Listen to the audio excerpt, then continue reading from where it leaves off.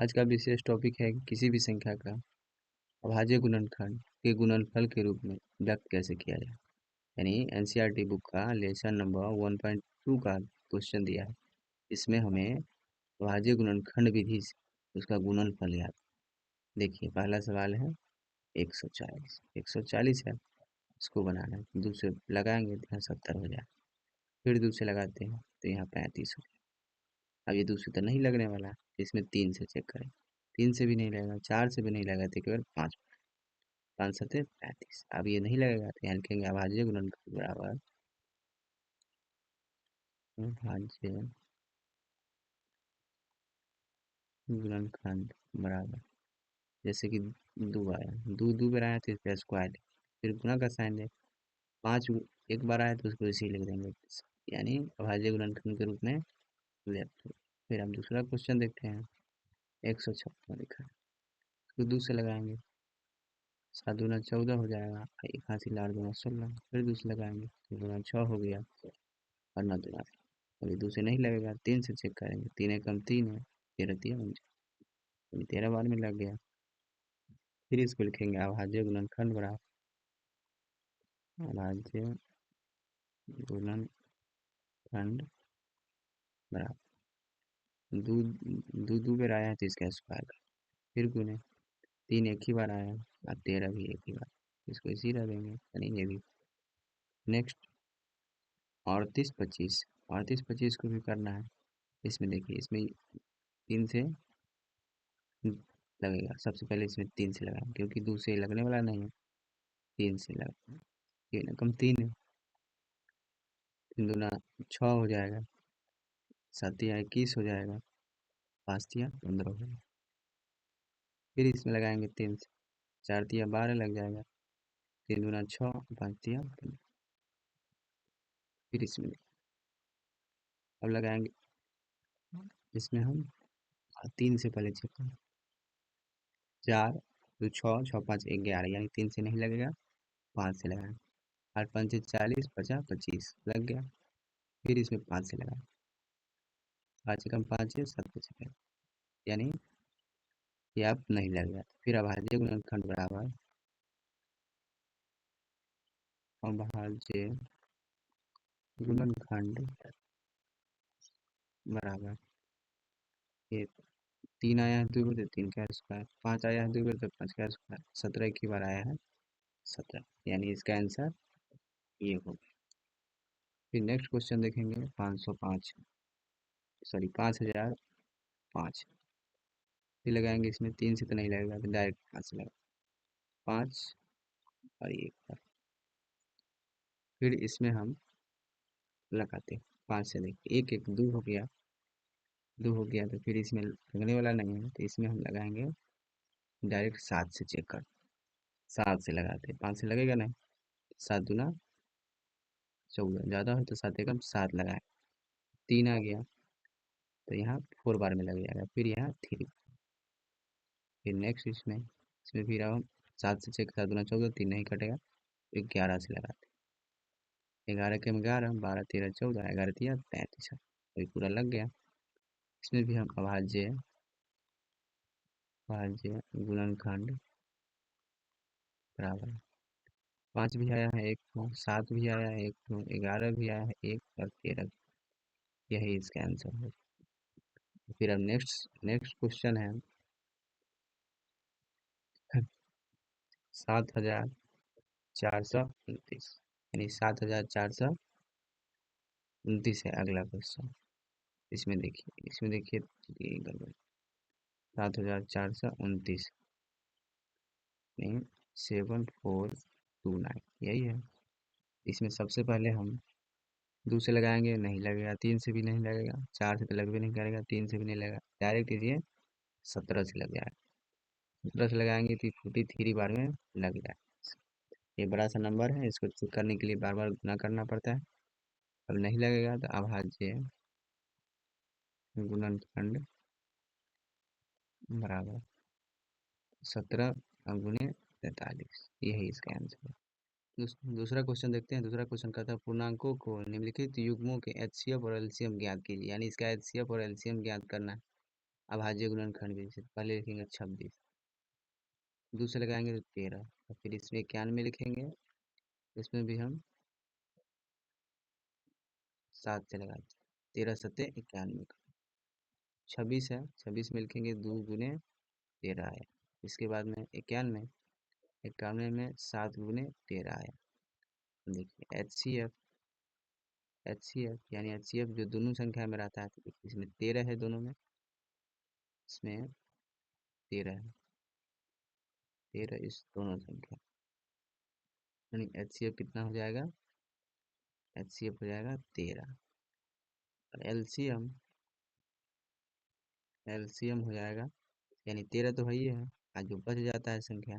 जैसे 2 बच गया है 7, इसको हम गुना करेंगे, या तो कितना आ जाएगा 182, यानी 182, इसमें एच सी एफ आ गया 13 और एलसीएम 182। नेक्स्ट बन गया, फिर नेक्स्ट सवाल जैसे कि 510 को, फिर इसमें दूसरे लगाएंगे, 2 दूना 4, 5 दूना 10, 2 पंचे 10 हो जाएगा, फिर 2 पंचे 10 हो जाएगा, फिर इसको लगाएंगे, तो अब 3 से 5 से दूसरे नहीं लगा, 3 से 8 तिरिक 24, 5 दिया 15, तो इसमें फिर लगाएंगे हम 3 से लगेगा, 8 5 13 नहीं, 5 से लगाएंगे, 5 से लगाएंगे 17 पचे 85, देखिए 92 में आते हैं, 4 दूना 8 लग जाएगा, एक इसको दे देगा, 6 दूना 12, फिर दूसरे लगेगा, 2 दूना 4, 3 दूना 6, ये नहीं लगेगा, तो लिखेंगे 510, 510 में 1 2 आया है, फिर 3 आया है, फिर 5 आया है, 17 आया, और 92, इसमें 2 आया है, 2 आया है, और फिर 23 आया। देखिए एच सी एफ वैसी संख्या को कहते हैं जो दोनों में हो, तो दोनों में एक 2 हो गया, यानी 2, तो इसका एच सी एफ 2। अब एलसीएम में आते हैं, एलसीएम में आएंगे, यानी जो पहला दोनों में रहेगा तो 2 लिख देंगे, जो संख्या जितना बच गया है सबको लिख देते हैं, एक 2 है बच गया, फिर 3 है, फिर 5 है, फिर 17 है, और फिर 23, इन सभी संख्या को गुना करेंगे, तो सभी संख्या को हम गुना करेंगे तो ये आ जाएगा आपको,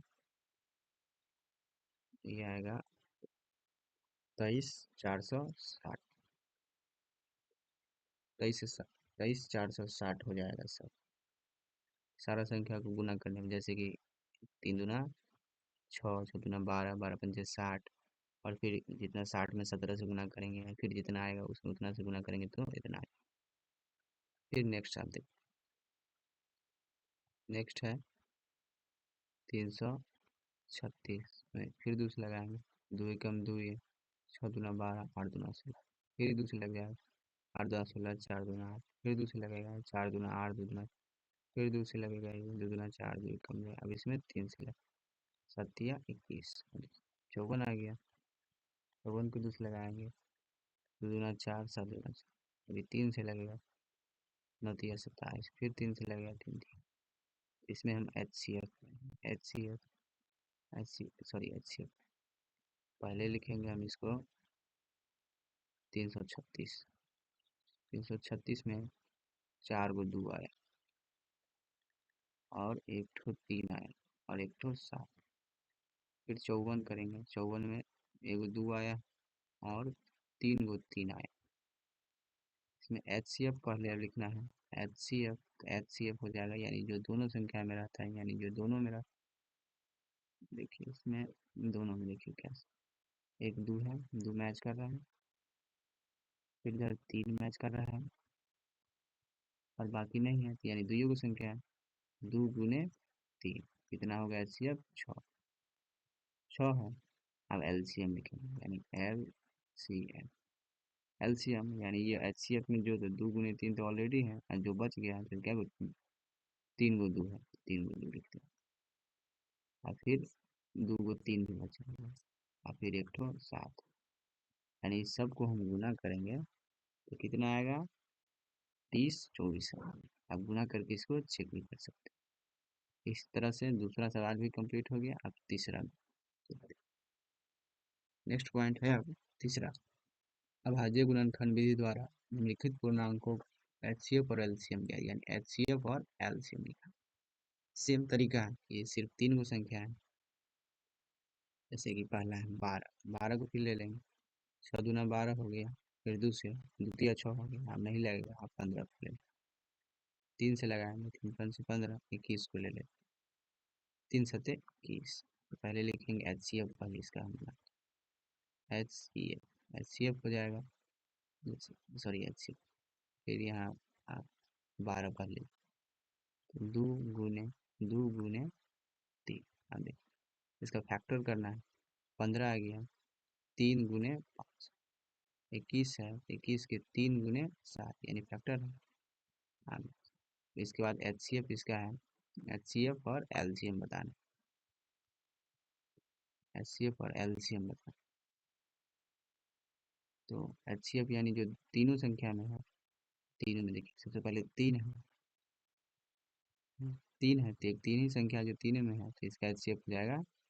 3।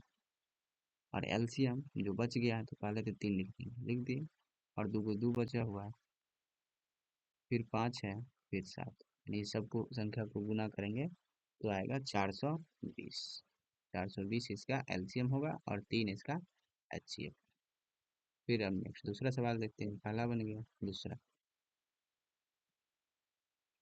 दूसरा सवाल है 17। तो ये तो 17 तो एक ही बार में चला जाएगा,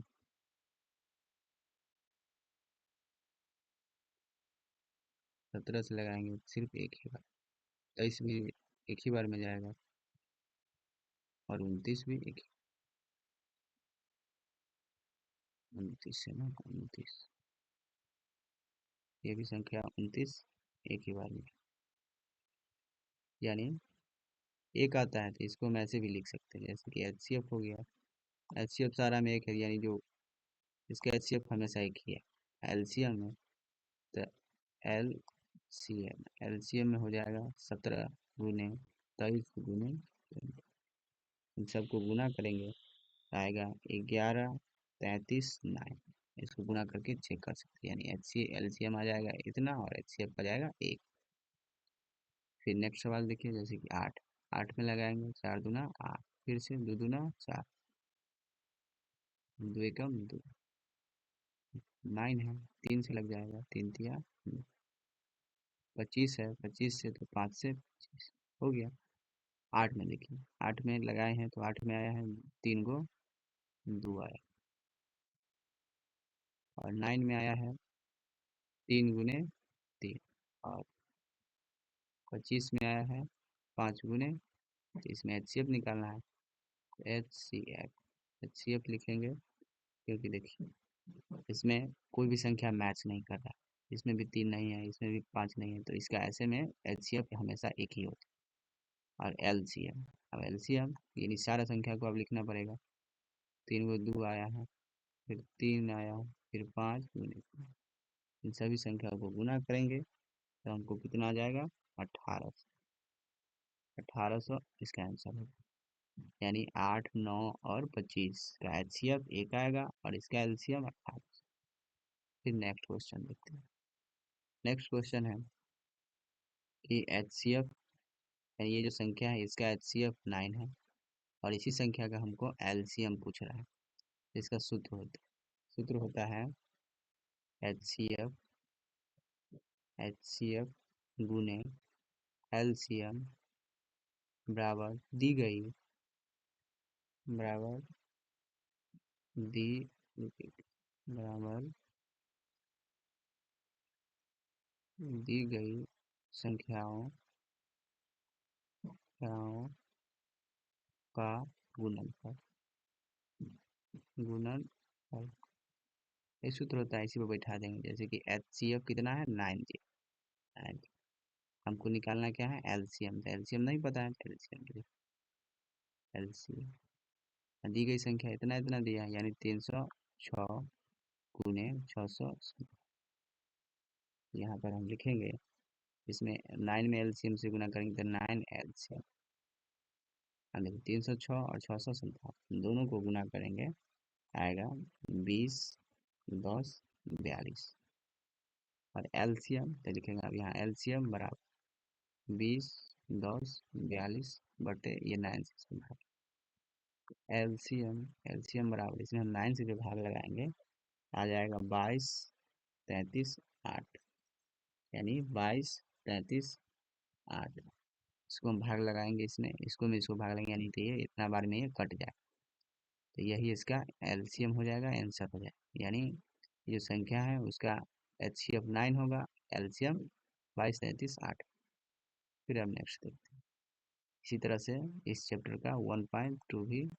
कंप्लीट हो। फिर इसी तरह नेक्स्ट चैप्टर का फिर वीडियो मिल जाए। Thank you.